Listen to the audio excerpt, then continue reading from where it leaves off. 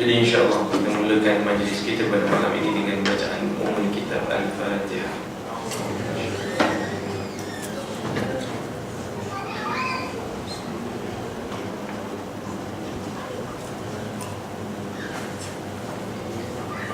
Alhamdulillah Rabbil Alamin, wassalatu wassalamu ala ashrafil anbiya wal mursalin wa ala alihi wa sahbihi ajma'in. Subhanaka la ilma lana illa ma 'allamtana innaka antal alimul hakim wa la hawla wa la quwwata illa billahil aliyyil 'azim. Amma ba'd. Qala Allah Ta'ala fil Qur'anil 'azim ba'da a'udzu billahi minasy syaithanir rajim. Minal mu'minina rijalun shadaqu ma 'ahadullaha 'alaihi فَمِنْهُمْ مَنْ قَضَى نَحْبَهُ وَمِنْهُمْ مَنْ يَنْتَظِرُ وَمَا بَدَّلُوا تَبْدِيلًا. Sadaqallahul Azim. Terima kasih kepada Tuan Imam, ahli jawatan kuasa surau, khususnya ahli jemaah yang dirahmati Allah sekalian. Pertama-tama dan selamanya marilah sama-sama kita rafa'kan setinggi-tinggi kesyukuran kita kehadrat Allah Azza wa Jalla. Selawat dan salam ke atas junjungan besar Nabi Muhammad sallallahu alaihi wasallam. Kerana antara nikmat yang paling besar sebab kenapa kita selalu diajar untuk kita bersyukur kepada Allah Azza wa Jalla. Antara sebab yang pertama, hari ini Islam, kita masih lagi Islam. Dan antara yang kedua, nikmat yang perlu kita syukur kepada Allah Azza wa Jalla adalah nikmat iman. Dua nikmat yang besar, cukup besar. Dan nikmat kesihatan, nikmat kaki dapat berjalan, nikmat mata dapat melihat, dan nikmat telinga dapat mendengar. Itu yang ketiga, yang keempat. Nikmat yang paling besar Islam, selepas Islam iman, dan seterusnya. Itu sebab kenapa setiap kali ustaz datang, mesti mana-mana ustaz pun ajak kita bersyukur pada Allah. Hari ni seronok tengok, penuh lah, banyak lah. Senarai ustaz pun dah banyak. Hari ni tengok paling ke belakang, masuk 4 saf. Satu kejayaan, Alhamdulillah. Patut kita puji. Antara mereka-mereka yang usaha untuk menghidupkan yang kita katakan dengan kata erti lain, Baitullah, antara cabang-cabang Baitullah ataupun taman-taman syurga. Hari ni Alhamdulillah 4 saf tengok. Kuliah sebulan 6 kali sebulan. 6 kali tak payah pergi tempat lain. 6 kali je masukkan dalam jadual untuk kalender kita. Kalau ada kalender yang Cina tu, 6 bulan ni, 6 kali ni jangan pergi mana-mana. Dan ada kuliah-kuliah yang kena kita wajibkan diri kita. Antaranya apa? Fiqh sekiranya. Ada fiqh. Saya tuan fiqh. Fiqh. Tauhid. Tauhid. Ustaz. Ustaz saya. Ustaz Anas. Fiqh Anas. Fiqh Anas.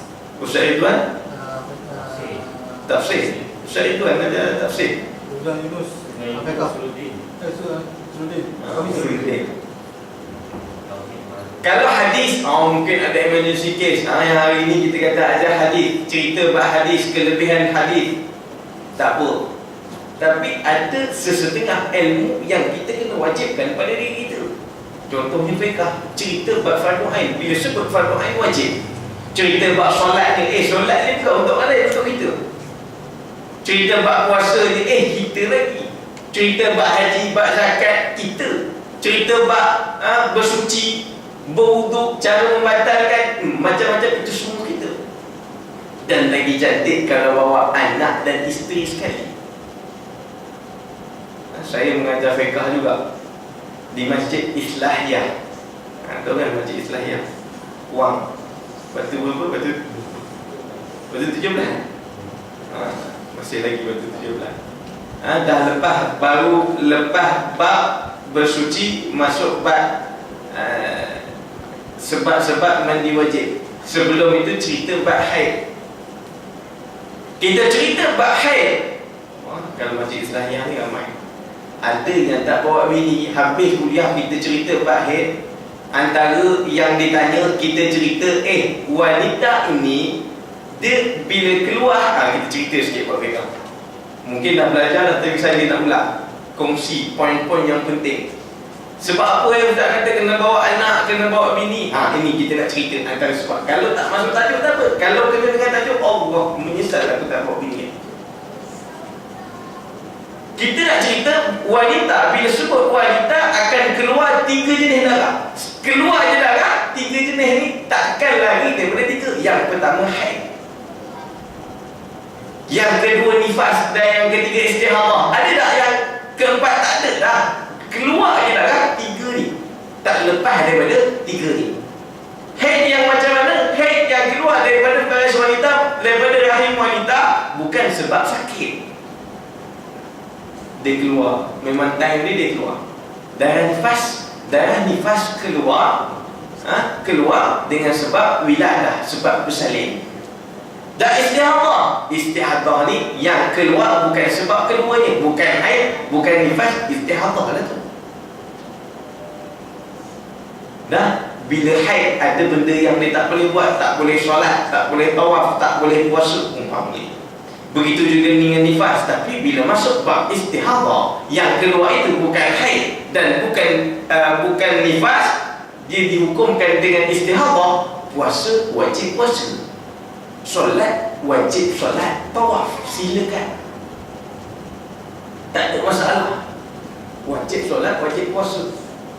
Kita ringkaskan cerita, dia banyak pula. Haid berapa hari paling kurang, berapa hari paling lama, waktu bersuci paling hari, paling sedikit berapa hari. Habis kuliah, Ustaz, saya nak tanya lah. Ni mesti bahid dalam kepala otak. Kalau bab mengajar bahid, bab nifas, mesti ada otak. Nak tanya umum sekat. Bini saya Ustaz, asal ada darah dia kata haid. Asal ada darah dia haid, maknanya kalau darah itu dihukum istihadah tapi dia tak solat, bab tak puasa, maka dosa. Macam tu. Maknanya bila ada darah, asal ada darah dia haid lah. Asal ada darah dia haid lah. Selama-lama darah haid bila datang berapa hari? 15 hari, 15 malam. Tiba-tiba hari ke-16, hari ke-17 ada darah juga. Takkan nak kata istihadah, takkan nak kata haid. Istihadah adalah ada darah banyak macam mana pun kena solat, kena puasa. Nampak? Tak apa, balik nanti cerita kat bini. Sekian saya Ustaz, saya pun sebenarnya tak berapa faham lagi. Sudah. Dan masuk bulan depan datang mengajar, takkan nak patah balik yang belakang. Kan rugi. Tapi Ustaz tolong Ustaz, akan datang saya bawa anak bini saya Ustaz. Tengok intai dia ada. Daripada belakang. Maknanya ada anak, ada bini. Ulang sekali lagi. Nampak? Ada sesetengah ilmu kena bawa anak bini bawa. Dan bila sebut fardu ain yang jatuh pada hukum wanita, wajib suami tahu. Ditakdirkan Allah kita kahwin dengan orang perempuan yang tak ada basic, ada basic agama tapi tak tahu secara detail. Bab bersucinya, bab haid nifas tu kadang-kadang sampai sekarang kita tengok makcik-makcik pergi kelas fardu ain. Makcik umur dah 60, 70 dah mengaji bab apa? Mengaji bab haid. 60 dah tak ada haid dah, nifas pun tak ada dah, tapi mengaji bab haid lagi. Nampak? Ada sesetengah ilmu yang wajib kat atas kami ditakdirkan Allah. Sekiranya kita kahwin yang perempuan ni tak ada pengetahuan, tak tahu dalam sangat, tak tahu detail mengenai hukum yang pada diri dia. Walaupun kita lelaki tak ada haid. Ustaz, mana ada haid Ustaz? Kami lelaki lah, tak ada haid sini kan? Tak ada haid, tak ada nifas, tak ada, boleh langkah Ustaz. Kita langkah topik daripada bab taharah tu terus bab solat Ustaz. Lagi cepat habis kita. Dah habis kena mengaji. Wajib orang lelaki kahwin dengan orang macam tu, wajib. Selagi mana bini tak tahu, dosa pada kewajipan pada suami. Tahu aku pun tak tahu. Bini aku pun tak tahu. Wajib suami belajar dan mengajar bini. Ustaz, tak ada masa lah Ustaz. Saya sibuk Ustaz. Anak berapa orang? Oh, sibuk bekerja. Keluar pagi, balik pagi. Ataupun keluar pagi, balik tengah malam. Bini dah tidur, anak dah tidur. Nak mengaji memang tak sempat Ustaz. Wajib diupah orang datang mengajar di rumah. Ustaz, nak masukkan ekonomi Ustaz. Top up dah tak ada GST dah, tapi dipotong duit pula. Sama je. Ingat, kita tak mengaji. Kena dia bayar RM10.60 tak payah dah, tak ada GST. Masuk-masuk tak cukup RM10. Pantai. Nampak? Tak boleh Ustaz, tak ada Ustaz nak bayar upah sekarang ni. Ustaz datang ke rumah, tak ada RM50 komand-komand. Dan Ustaz pun nak bayar duit minyak kereta juga, GST lagi. Cuma turunlah sikit baru ni. Nampak? Tak ada. Maka bila tak ada, kena pandai-pandai lah kita kosongkan. Ni ada 6 tarikh ni kita kosongkan. Bawa bini dengan anak kita wajib. Ustaz saya tak sempat Ustaz. Hello, bagi tahu bini pergi kat surau sekian-sekian ada pengajian ilmu. Kecil. Sebab apa? Selagi mana bini tak tahu, maka dosa pada kita sang suami. Ni kena perhatian. Kena pandai pilih. Dalam banyak-banyak ni tengok yang mana yang tajuk. Kalau boleh tulis. Tulis fiqah tu. Caranya. Boleh tengok yang mana yang tarikh yang perlu datang. Sebab apa?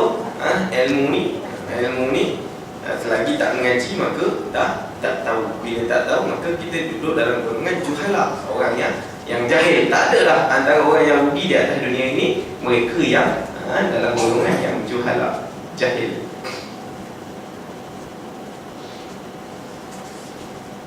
Isu macam-macam isu sekarang ni Malaysia kita.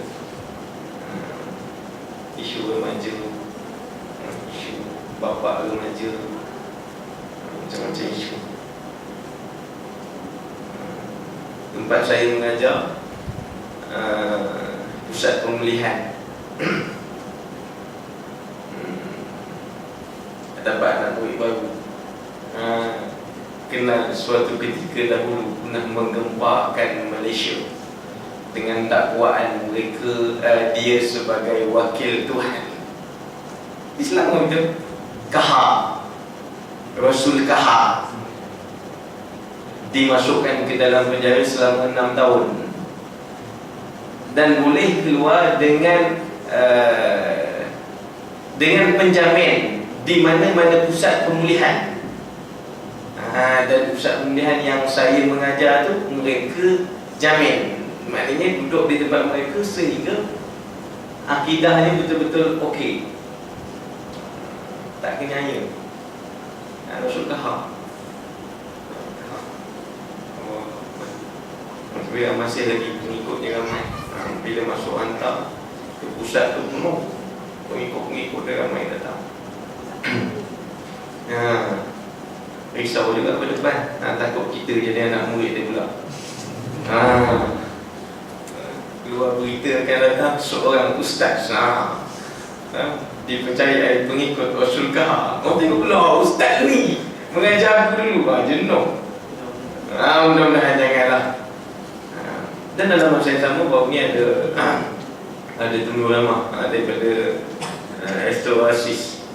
Ada cerita dia tanya berkaitan dengan apa pandangan mengenai pusat pemulihan kita ni di Malaysia, baik pusat pemulihan akhlak yang under government punya, kerajaan punya, dan swasta-swasta NGO terlalu banyak.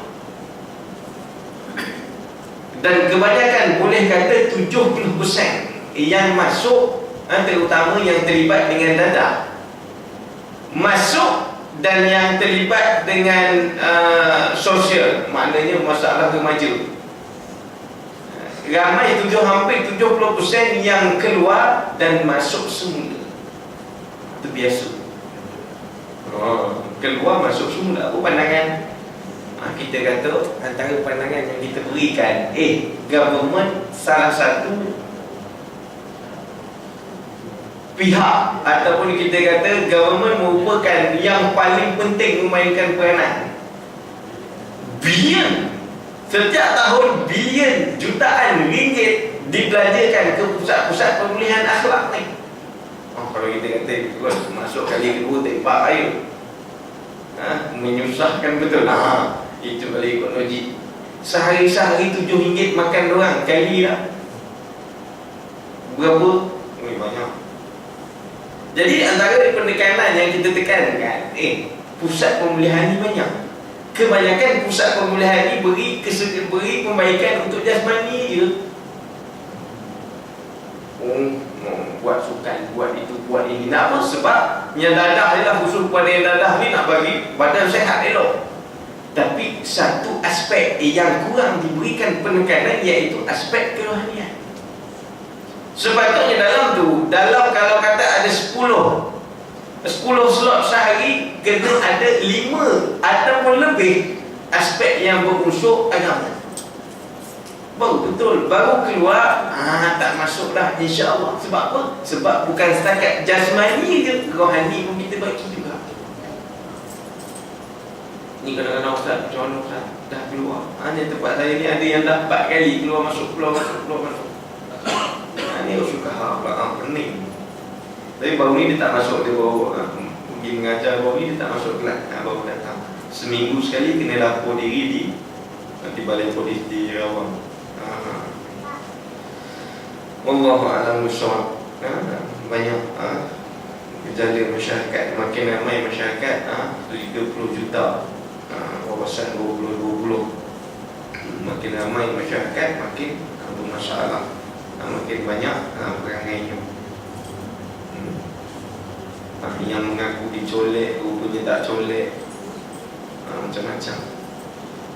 Baik, insyaAllah kita sambung pengajian kita bab masih lagi dalam bab ilmu, kelebihan orang yang berilmu. Apa muallif ni kata? Hadis yang keempat. An Ali radhiyallahu anhu qala Rasulullah sallallahu alaihi wasallam, ni'mal rajul faqih fid din in ihtija ilayhi an-naf'a wa in istughniya anhu aghna nafsa. Ni hadis ni diriwayatkan oleh salah seorang sahabat, dan beliau merupakan antara Amirul Mukminin, iaitu Ali radhiyallahu anhu. Bila sebut Ali ni, banyak peristiwa Ali bin Abi Talib. Dan salah satu nama yang dihujahkan, suatu ketika dahulu Malaysia sibuk dengan isu mu'allaf. Mu'allaf ni contoh namanya Ling Guang Eng. Contoh Ling Guang Eng, bapaknya Ling Kip Siang. Contoh. Bila masuk Islam, kita pun ubahlah nama Abdul Fattah bin Abdullah. Jadi isunya, kenapa nak buka Abdullah? Nama bapak letaklah Ling Kip Siang. Ataupun India, Shamil Belu, anak lelaki Subramania. Contoh. Bila Islam pun ban dengan Subramania. Kenapa? Dengan takut nak letak Abdullah. Antara dalil-dalil orang bawa datang, antaranya Ali bin Abi Talib. Ali bin Abi Talib ni bapak dia bukannya bapaknya bukan Islam. Ali bin Abi Talib, Umar Al-Khattab. Umar Al-Khattab ni, Al-Khattab tu nama bapak dia. Umar Al-Khattab, nama sebelum Islam pun Al-Khattab. Bila masuk Islam pun letak Umar Al-Khattab juga.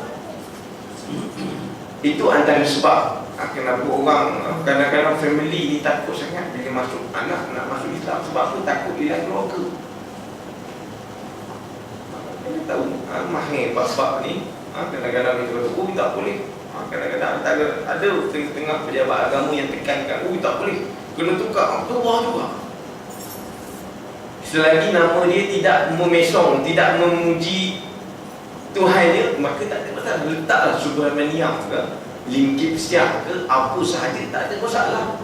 Abdul Fattah bin Subramaniam, apa salah? Jadi itu antara hujah. Kita ambil sikit je lah untuk pengetahuan. Nanti kalau ada kawan-kawan kita tanya, satu tempat kerja kita, dia minat sangat dengan Islam tapi takut. Satu dah lah takut sebab kita kata masuk Islam, itu satu dah takut. Sikit pun, mana sakit ni mau potong tak? Habis kat, bini saya marah. Itu satu dah takut. Yang kedua, masuk Islam kena buang keluarga lama. Sebab apa? Kena tukar nama Abdullah. La ilaha illallah. Itu yang kadang-kadang family marah sangat. Sebab apa? Kalau masuk Islam buang nama aku bapak dia. Jadi Islam tak ekstremis macam-macam. Jangan kita susahkan Islam. Masuk Islam bukan masuk hari ni kena sunat dah. Jangan cerita buat sunat dengan orang kafir. Islam ni banyak. Dia cerita, orang tanya kawan fiqh dia, patut kita kena cerita buat Islam tu indah. Nabi dia turun di muka bumi ni, Nabi dilantik menjadi Nabi. Sebelum lantik jadi Nabi, Nabi ni bawa akhlak tu. Orang tengok, Nabi ni bagus semua sehingga kan dia digelar Al-Amin. Orang tertarik semua. Orang dekat Madinah tu tertarik semua. Orang di Mekah. Sampai Sayyidatina Khadijah bawa dia pergi berniaga. Dia letak dia sebagai pengurus lah. Wang duit apa semua dia. Sebab apa? Dia Al-Amin. Barulah dia lantik menjadi Nabi. Dan orang yang tengok akhlak dia baik, bila dia mengaku dia Nabi, aku utusan Allah, orang yang rapat dengan dia, kalau aku tak percaya rugi. Sebab apa? Dia ni aku tak pernah tengok orang yang sebaik macam dia. Baik semua. Tengok. Kemudian bukan bila dilantik jadi Nabi, jadi Rasul di Mekah, bukan Nabi tu bawa datang, kena solat, kena puasa dah. Tengok, ni kita dah orang kafir, orang Cina, orang India yang sekerja office dengan kita, customer kita, klien kita cerita, dia nak tanya pasal Islam, kita pun kata, masuk Islam kena solat 5 waktu sehari, tak sembahyang dosa, masuk api neraka. Susah juga, aku seminggu sekali dia sembahyang. Masuk Islam kena potong apa? Itu bawah potong. Letih. Islam ni letih. Nanti bila datang bulan Ramadan, setahun sekali, sebulan kau kena puasa, tak boleh makan, tak boleh minum. Tak jadilah masuk Islam. Nanti lain kali saya tanya lagi Islam. Tak jadi nak tanya Islam. Sebab apa? Kita cerita bab keberitaan Islam. Orang bila masuk tanya bab Islam, cakap Islam ni indah. Antaranya bila Nabi bawa datang, Nabi cerita bab apa? Tak ada perbezaan orang kaya ke orang miskin ke orang bangsawan ke orang apa, pemerintah, pemimpin, tak ada beza. Kita sama je di sisi Allah. Jadi orang tertarik. Betul lah Islam ni. Kaum ke apa tak ada. Kau Cina ke, kau Melayu ke, kau India ke, Islam tak pandang. Yang pandang apa? Takwa kita kepada Allah. Nampak? Islam ni pula dia sungguh-sungguh menjaga Islam jaga wanita. Islam ni jaga sangat wanita kita. Anak bini kita dijaga sungguh. Perempuan ni disuruh pakai tudung, disuruh jaga aurat ni sebab apa? Sebab nak menjaga kehormatan dia, bukan nak betul juga. Tengok, kita cerita mengenai kemanisan Islam, keindahan Islam, baru boleh cerita bab nak suruh solat ke, nak suruh puasa ke, itu yang nombor 2. Ni bab B tadi. Ali bin Abi Talib radhiyallahu anhu merupakan dakwaan orang Syiah. Orang Syiah sayang dengan Ali. Hakikatnya mereka perancangan mereka yang membunuh Ali. Dia berkata apa? Dia berkata Rasulullah sallallahu alaihi wasallam telah bersabda, orang yang paling baik orang yang paling baik itu ialah orang yang alim. Ada hadis sebelum ni kita pernah dengar, khairukum man ta'allama al-Quran wa 'allamahu. Sebaik-baik kalian, sebaik-baik umat, mereka yang mempelajari Al-Quran dan mengajarkannya. Orang yang berilmu juga. Hati hari ni, Ali bin Abi Thalib dia kata, Nabi pernah berkata, orang yang paling baik itu ialah orang yang alim. Mana orang yang alim ni? Orang yang ada alim. Jika dia diperlukan, maka dia akan memberi manfaat kepada orang lain. Ada ilmu. Walaupun kita tak dipanggil kuliah, walaupun kita tak pergi mengajar, tapi kita boleh cerita ke anak bini kita. Anak kita tanya ayahnya, apa hukum ni ya? Hukum puasa korek hidung. Apa hukum dia? Mengikut ilmu ayah lah. Korek hidung ni batal puasa. Batal puasa ya?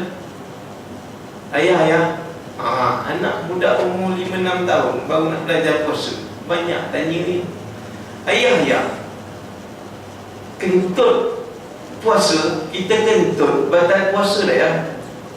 Mengikut ilmu yang ayah belajar dulu, batal puasa kentut. Duduk sekejap, ayah pun kentut. Ayah batal puasa tu? Sudah. Nampak? Bila ada ilmu, walaupun bukan, aku bukan jadi ustaz, walaupun bukan jadi ustaz, tapi ilmu itu berguna untuk kita dan untuk orang di sekeliling kita. Anak kita, bini kita paling tidak.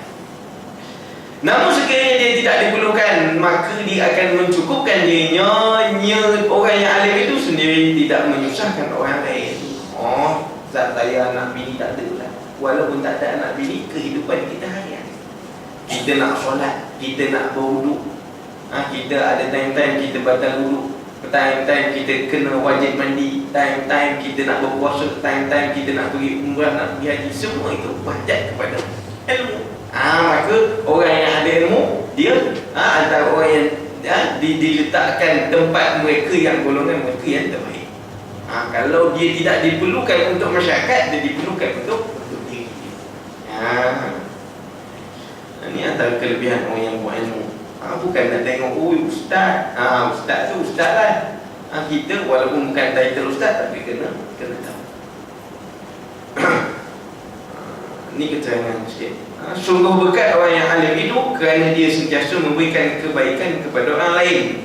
Dia dapat membawa manusia ke jalan yang benar dan dia tidak akan membebankan orang lain. Maka sungguh malang, ini dia cerita, maka sungguh malang orang yang jahil. Malang, tak malang macam mana? Dia bukan setakat menyusahkan diri dia. Semua tak tahu, yang alah-alah sekali, bedal je lah. Menyusahkan diri dia dan kadang-kadang menyusahkan orang lain. Ini macam cerita tadi tu, tak pasal-pasal kentut batal puasa. Untuk batal puasa, sebulan kena ganti. Sehari nak tahan betul. Jenuh nak tahan betul kan. Yang batal tu kentut juga, tapi kentut sekiranya kita berada di dalam air. Bulan puasa mencari ikan. Sebulan tu yang kurang. Gila ni macam-macam gila. Ada orang gila burung, ada orang gila ayam, ada gila macam-macam, ada gila ikan, ada gila mancing. Dia mancing tak nak menjala ikan. Menjala ni faham je lah. Kadang-kadang duduk atas darat, kadang-kadang duduk atas air, dalam air, kadang-kadang ikan duduk atas darat, kita duduk dalam air. Itu menjala. Tengah-tengah menjala pun terkentut. Batal tak puasa? Batal. Kentut dalam air batal. Wallahualam. Hadis seterusnya, hadis yang kelima, an Anas radhiyallahu anhu an Nabi sallallahu alaihi wasallam qala al ulama thalatha rajulun 'asha bi 'ilmihi wa 'asha an-nas bihi wa rajulun 'asha an-nas bihi wa ahlaka nafsahu wa rajulun 'asha bi 'ilmihi wa lam ya'ish bihi ghairuhu. Ini daripada Anas radhiyallahu anhu. Anas antara merupakan perawi yang banyak. Dia Abu Hurairah yang kita dah cerita bab kenapa digelar bapa kucing. Itu antara orang-orang yang banyak. Zaid bin Harisah ni, Anas juga antara perawi yang banyak. Selalu kita kalau buka hadis-hadis, Anas lagi, Anas lagi. Dia bukan lagi satu Aisyah. Kalau golongan daripada wanita, Aisyah radhiyallahu anha. Daripada Anas radhiyallahu anhu bersabda, Nabi bersabda, ulama itu ada 3 jenis. Ini Nabi kata ulama itu ada 3 jenis. Yang pertama kata Nabi sallallahu alaihi wasallam, orang yang alim hidup dengan ilmunya. Orang yang alim itu yang mengamalkan ilmunya. Dan masyarakat juga hidup dengan ilmunya. Maka golongan ulama, dia title ulama ni mudah ni, orang yang berilmu maka dia ulama. Ulama ni jamak kepada alim. Ulama, alim ni satu, ulama ni banyak. Dia ulama maknanya dia antara orang yang alim. Orang yang alim. Kata Nabi, orang yang alim ini ada 3 jenis. Yang pertama, Nabi kata hidup dengan ilmunya, maknanya dia hidup dengan ilmu dia. Maknanya dia ada ilmu, lalu dia beramal dengan ilmu dia. Setengah orang ada ilmu tapi dia tak beramal. Ilmu cerita bab solat sunat, cerita bab tak boleh buat itu, kena buat ini, tapi tak buat pun. Beramal. Tahu itu tak boleh buat, ini boleh buat, tapi buat juga. Maka itu namanya ada ilmu tapi tak amal. Tapi golongan pertama ni, mereka orang alim yang ada ilmu dan mengamalkan ilmu yang dia ada. Kemudian masyarakat di sekelilingnya juga turut mendapat manfaat daripada ilmu. Jangan-jangan orang alim yang kita tengok ada pada diri dia gunakan ilmu dia, dan masyarakat sekelilingnya juga turut mendapat manfaat daripada dia. Itu golongan yang pertama. Golongan yang kedua kata Rasulullah sallallahu alaihi wasallam, orang yang alim. Manakala masyarakat mengambil manfaat dengan ilmunya, orang yang alim itu, masyarakat ambil ilmu dia. Dia ni alim sungguh, cerita dia bab fiqah ke, bab usuluddin ke, cerita dia. Allah ni duduk di aras ke duduk di mana? Dia bahas habis. Dalam kitab ni cerita bab uluhiyat, bab cerita bab Allah ni duduk di mana je. Allah 2 jam tak cukup. Cerita bab apa? Bab solat sunat istisqa. Cerita daripada awal topik sampai habis. Cerita bab istisqa, cerita bab apa, gerhana bulan, cerita bab solat, sebut je bab solat, semua dia cerita. Tapi kata Rasulullah SAW, tetapi dia sendiri membinasakan dirinya, orang alim itu tidak mengamalkan ilmunya. Orang bagi dia mengajar sana sini, cerita bab ni, orang tanya semua boleh jawab. Tapi sayangnya dia membinasakan diri dia dengan apa? Dengan dia tidak mengamalkan ilmu yang dia ada. Nabi kata membinasakan.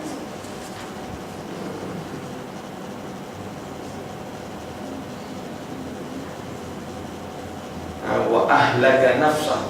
Nabi menggunakan halam kaf ni maknanya celaka. Halak. Ahlaka maknanya celaka, membinasakan dirinya. Allahu Akbar. Ada satu golongan ketika mana peristiwa Isra dan Mi'raj, ada satu Nabi tengok orang yang ada ilmu ni. Nabi tengok salah satu peristiwa dalam Isra dan Mi'raj, perjalanan Allah, Nabi nak bertemu dengan Allah ni. Allah tayangkan macam-macam bentuk sisaan. Antaranya Nabi tengok ada satu keadaan, matan hadis tu tak berapa nak ingat, lama tak sebut hadis ni. Cuma je mafhum hadis tu nak cerita je. Pengisap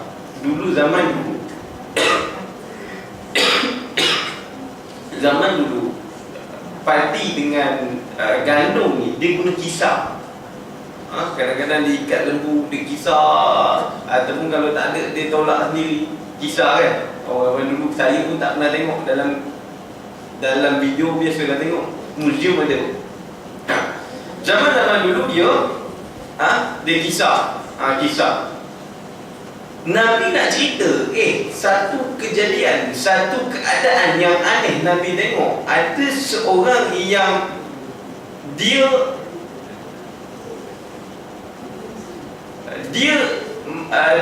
dibayangkan seumpama seekor hima. Hima ni macam keldai. Dia mengelilingi satu tempat tu seolah-olah macam memusing kisah gandum. memusing kisah gandum. Lalu Nabi bertanya, kenapa dengan dia? Nabi tengok. Nanti kadang-kadang tersedak orang Melayu katakan orang sebut. Siapa sebut tak tahu. Terima kasih.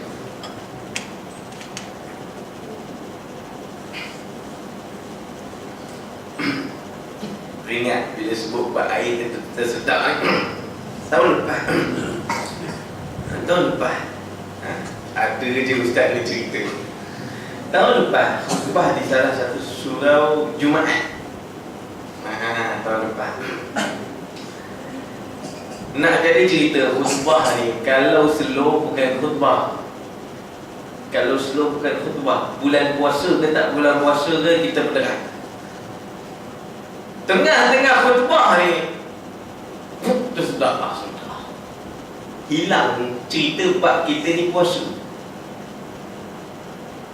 Kebetulan atas mimbar tu ada air. Tengah puasa ni khatib. Kita pun kemai sedap. Alhamdulillahil khail, alhamdulillahillazi arsala rasulahu bil huda wa dinil haq. Main tiba-tiba nampak air. Sudah. Batuk ni tak hilang kata kita ni puasa. Hilang. Nak ambil air, mungkin air tu yang lepas, tapi teringat untuk minggu ni kot air. Nak ambil air, tengok ahli jemaah pakat-pakat macam baru teringat, aku puasa. Muncul. Maknanya air ni kadang-kadang kita terdesak hilang. Kita ni puasa, muncul. Kalau tidak, jenuh pakat-pakat lari keluar. Khatib ni tak berapa nak betul. Alhamdulillah. Itu cerita bab air.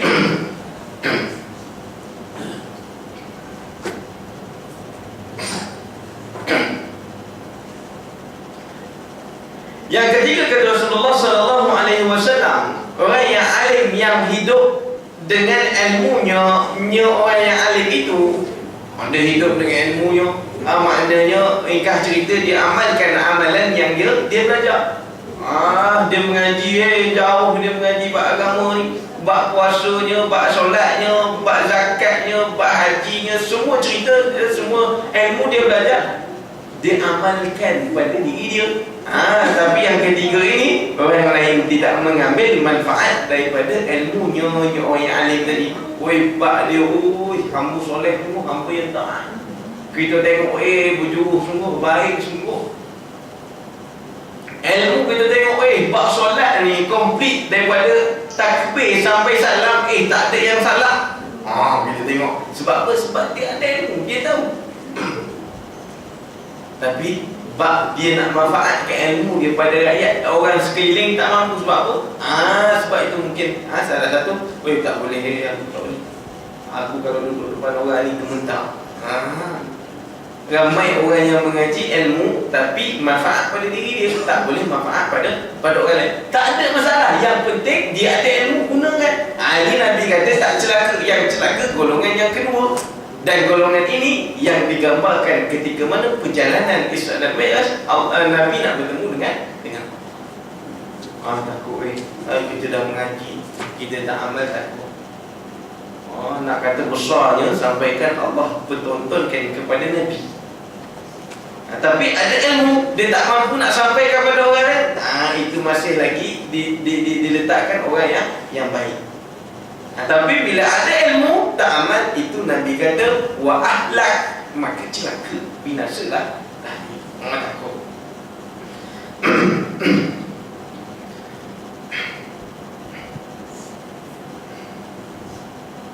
Kita baca keterangan sikit. Maka masyarakat sangat merasakan peranannya orang yang beralim, orang yang berilmu itu, dan dia juga mempunyai kepakaran dalam menyantuni semua lapisan masyarakat.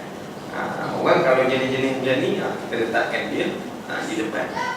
Iran antara kita boleh puji walaupun dia Syiah yang antara negara Syiah yang paling banyak, paling kuat. Kita puji sebab apa? Mereka meletakkan ulama merupakan antara yang utama. Dia ada presiden dia, tapi presiden mendengar nasihat daripada ulama. Kita kena akui, bila orang yang jadi macam ni, dia ada ilmu, dia amal dan boleh manfaat pada orang lain, kita kena letakkan dia antara orang yang utama.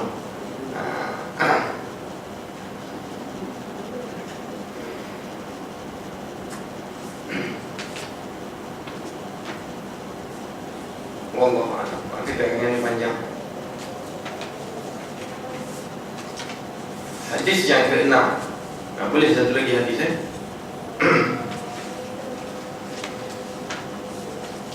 Hadis yang ke-6 kata Rasulullah sallallahu alaihi wasallam, diriwayatkan daripada Abi Darda radhiyallahu anhu qala sami'tu Rasulullah sallallahu alaihi wasallam yaqul man salaka tariqan yatlubu bihi ilman salakallahu bihi tariqan min turqil jannah wa innal malaikata inna di isim inna dia nasab, maka bila nasab fathah, kita belajar nahu. Kita kalau tengok Al-Quran ataupun kita tengok hadis, inna ni dia satu, boleh kita katakan inna adalah asbab untuk menasabkan isim. Inna, contoh, asal kalau kita nak sebut al-malaikatu, dia bagi depan tu, ataupun kita kata Muhammadun, kita bagi depan. Tiba-tiba kita letak depan inna, dia jadi belakang, dia jadi isim inna, kita kata inna Muhammada ataupun innal malaikata, dia tak jadi tu dah lah. Sebab apa? Sebab masuk inna, dia jadi nasab isim inna. Boleh tengok satu tu dia. Mungkin ramai yang dah tahu, tapi kita perangai ambil. Balik ni tengok baca Al-Quran, cuba tengok inna, lepas dia bagi atas ke bagi bawah ke bagi depan? Mesti bagi atas. Innal malaikata wa innal malaikata la tada'u ajnihataha ridha li talibil ilmi wa innal alima la yastaghfiru lah man fis samawati wa man fil ard wal hitan fi jawfil ma wa innal fadlal alimi 'ala al-'abid ka fadlil qamari lailatal badri 'ala sa'iril kawakibi wa innal ulama warathatul anbiya. Ni yang selalu kita dah cerita tu. Ni didatangkan lagi. Wa innal ulama'a baik atas warathatul anbiya. Ni kalau kita nak baca hadis atau baris ulama warathatul anbiya. Tapi kalau kita tak sebut inna, dia jadi ulama'u. Ulama nak mudah matikan terus. Ulama warathatul anbiya.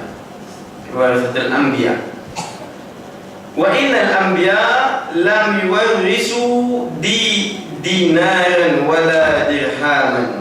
Ni bagus hadis ni. Walakin warathul ilma faman akhadahu akhadha bi khadhin wafiq. Masya-Allah. Hadis ni bagus, dia cerita mengenai ilmu, orang nak menuntut ilmu. Nabi pernah berkata, aku telah mendengar Rasulullah sallallahu alaihi wasallam bersabda, siapa yang melalui suatu jalan untuk menuntut ilmu. Abi Darda ni dia kata, Nabi pernah berkata, siapa yang melalui suatu jalan untuk menuntut ilmu. Makna hadis ni memilih suatu jalan ni macam mana? Mencari peluang untuk menuntut ilmu. Maka kata Nabi, dia telah menjalani suatu jalan daripada jalan-jalan syurga. Banyak ni. Kita bagi mudah contoh. Malam ni hari apa? Hari Sabtu. Ada pasar Paijaras. Pasar Paijaras syok, ikan suka, ayam goreng ada, coconut shake ada, sate pun di tempat kosek dia sebatang. CD cetak rompak pun ada 2 orang yang menjual. Sekarang ni dia dah tukar tempat. Dulu makanan dekat depan, sekarang ni makanan dekat belakang. Tahu juga Ustaz? Tahu. Rajin juga pergi. Bini pun kata, abang jom bang, dah 2 minggu ni kita tak pergi pasar Paijaras. Kita pun malam ni ada pengajian, malam ni juga bini aku nak pergi. Maka yang mana kita nak pilih? Maka kalau kata kita pilih sedekah, kita pilih nak menuntut ilmu, ingat Nabi kata sebenarnya kita dah memilih jalan-jalan nak ke syurga. Tu antara contoh mudah. Nak pergi pasar malam, kalau aku habis kuliah ni ustaz pula, ya Allah, kalau bercakap pukul 10 tu baru habis. Contoh. Pukul 10 tu pasar malam tinggal plastik aja lah. Tak ada dah, orang dah kemas balik dah. Tak dapat pula nak merasa malam ni. Maka tengok. Mana yang kita tengok? Kalau kata kita pilih majlis ilmu, kata Nabi SAW, sebenarnya kita pilih jalan nak ke syurga. Allahu Akbar. Nabi sambung lagi, sesungguhnya orang yang memilih jalan-jalan syurga, yang memilih laluan untuk ke majlis ilmu itu, para malaikat menghamparkan sayapnya malaikat tu. Allah. Bukan setakat pilih jalan nak menuntut ilmu. bukan setakat kita pilih jalan tu nak pergi ke tempat-tempat syurga, jalan menuju ke syurga, tapi ada lagi malaikat. Malaikat ni, bila cerita bab malaikat, dia antara yang paling dekat dengan Allah, antara makhluk yang dekat dengan Allah dan tidak melakukan dosa. Hampa, bukan hampa kapek dah lah, tak main lah kapek-kapek ni. Hampa sayang Allah. Kerana bagi orang yang menuntut ilmu, kerana apa? Kerana malaikat ni, makhluk di dunia ni, bukan semua orang, bukan semua manusia yang di dunia, makhluk di dunia ni suka kita menuntut ilmu. Tapi bila sebut makhluk di langit mendengar menuntut ilmu, mereka tak ada yang tak setuju, semua ni. Sampai malaikat bentangkan sayap. Ya Ustaz, tak berapa nampak pun sayap. Dah lah nampaknya. Kalau nampak penuh, tak sejam pakat-pakat datang majlis ilmu. Manakala seluruh makhluk yang ada di seluruh lapisan langit, ni Nabi kata, manakala seluruh makhluk yang berada di seluruh lapisan langit dan bumi meminta ampun untuk orang alim. Allah. Tengok antara fadilat dia. Makhluk di langit ni, semua makhluk yang ada. Bintang makhluk ke Ustaz? Bintang pun makhluk. Bulan pun makhluk. Awan makhluk. Malaikat yang berada di mana-mana. Jangan kita kata malaikat duduk di langit je. Malaikat ni di mana-mana kita tu, sebab kita nak melakukan dosa. Itu antara cerita Luqman bin Hakim. Dia kata pada anak-anak dia, kalau nak buat sesuatu, lebih kurang macam tu lah mafhumnya, nak buat sesuatu jahat boleh, tapi carilah tempat yang Allah tidak dapat melihat. Nak cari kat mana? Cuba cari. Ni kita boleh gunakan cerita Luqman Al-Hakim, kita cerita kat anak-anak kita. Boleh, tak ada masalah. Nak buat jahat boleh, cari tempat yang Allah tak tengok. Yang Allah tak tengok. Ini kadang-kadang tak boleh, takut lah nak masuk tu. Sebab apa? Sebab takut hantu. Bukan cakap Allah, takut hantu. Siti hantu je dekat rumah. Macam mana anak-anak? Nampak? Allah Akbar. Makhluk di langit dan di bumi seluruhnya, Allah meminta ampun pada orang yang alim. Sehingga Nabi sambung lagi, sehingga ikan yang ada di laut turut sama mendoakan. Tak untung lagi. Allah Akbar. Yang tak nikmat. Nabi bawa datang hati ni. nak suruh kita ni cintakan betul-betul ilmu. Allah. Sehingga ikan yang berada di laut tu Tok sama mendoakan Allah, Allahumma ighfir lahu, Allah ampunkan dosanya. Hanya orang yang alim, dengan syarat kita menuntut ilmu. Sesungguhnya kelebihan orang yang alim berbanding orang yang abid. Ni hadis sebelum ni kita dah sentuh. Seperti kelebihan bulan purnama atas sekalian bintang-bintang. Allah. Orang yang alim ni diumpamakan dengan orang yang abid. Tanpa ilmu dia ambil, dia amal je.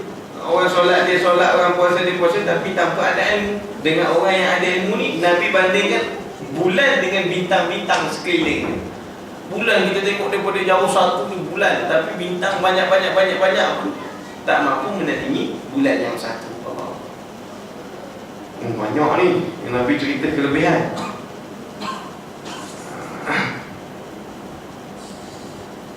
Nabi sambung lagi, sesungguhnya ulama itu pewaris Nabi.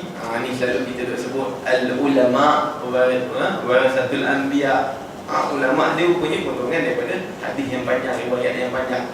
Orang potong sikit-sikit dia, ulama tu pewaris Nabi. Ni hadis ni. Bukan main-main dah. Ulama, bila sebut ulama pewaris Nabi. Sesungguhnya para Nabi itu sebenarnya tidak mewariskan dinar. Dinar ni wang zaman dulu. Sekarang ni pun ada negara-negara yang guna dinar dan dirham. Tetapi yang diwariskan oleh mereka ialah ilmu. Nabi dulu. Sebab apa kita kata ulama ni pewaris Nabi? Sebab ilmu yang datang itu semua datangnya daripada Nabi. Maka selepas Nabi, orang yang berilmu, maka dia mewarisi ilmu Nabi. Bila sahabat tabi'in meninggal dah, tak ada dah, tapi ilmu ada dah, maka dia mewarisi daripada atas sampai Nabi.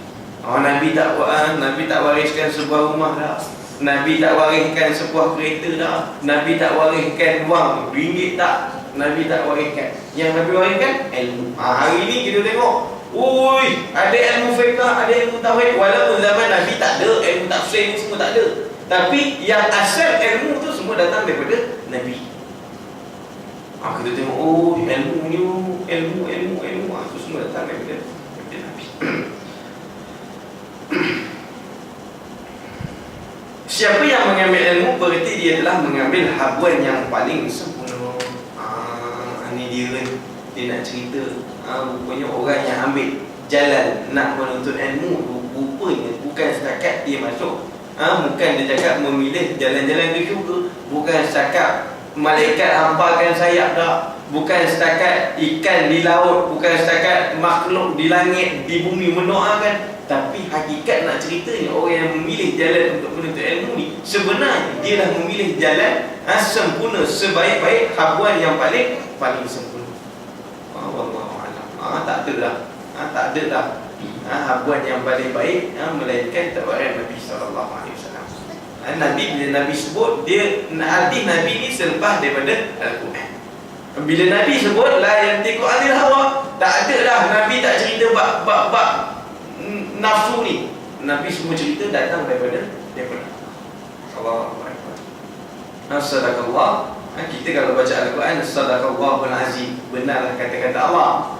Bila kita baca hadis, kita sebut sadaqah Rasulullah sallallahu alaihi wasallam, benarlah kata-kata Rasulullah sallallahu alaihi wasallam. Tak ada dah selain daripada Al-Quran dan hadis. Dua tu maka dua antara benda yang sumber utama kita. Keterangan pun banyak.